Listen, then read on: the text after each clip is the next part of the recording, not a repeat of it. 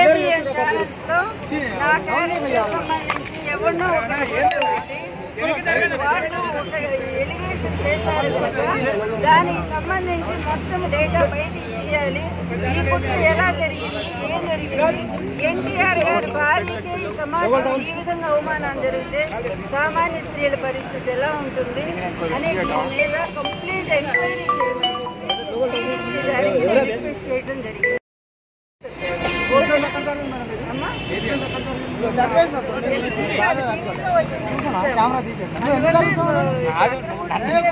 చెప్పారంట ఈ ఫిల్మ్ నగర్లో. అందుకని మేము ఏం చేస్తున్నామంటే మొత్తం కంప్లైంట్ ఇచ్చాము. డీజీపీ గారు, సిపి గారు చెప్పారు.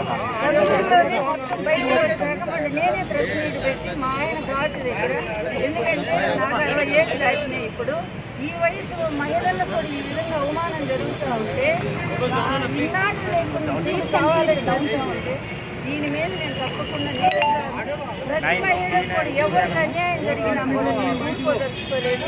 మేము ఎన్టీఆర్ మహిళా శక్తి అనే పేరుతో కూడా ఎక్కడ ఇలాంటి అవమానాలు క్యారెక్టర్ పరంగా ఎవరికి అసలు జరిగినా కూడా నేను వాళ్ళతో ఉద్యమించడానికి నేను సిద్ధంగా ఉన్నాను. ఈరోజు డీజీపీ గారు చాలా సౌకర్యంతో స్పందించారు.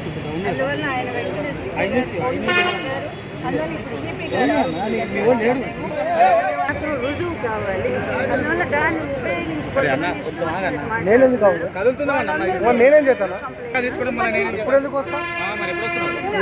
మోసం చేశారు. నా ఫోన్ తీసుకొని నా ఫోన్ లేదా క్లోనింగ్ చేశారు. ఏ విధంగా చేశారో అది మాత్రం రుజువు కావాలి. అందువల్ల దాన్ని ఉపయోగించి కొంతమంది ఇష్టం వచ్చినట్టు మాట్లాడుతున్నారు.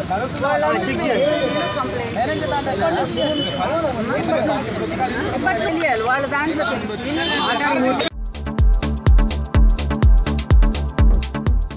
Hi, this is Siddhi Idnani and please do subscribe to New Waves.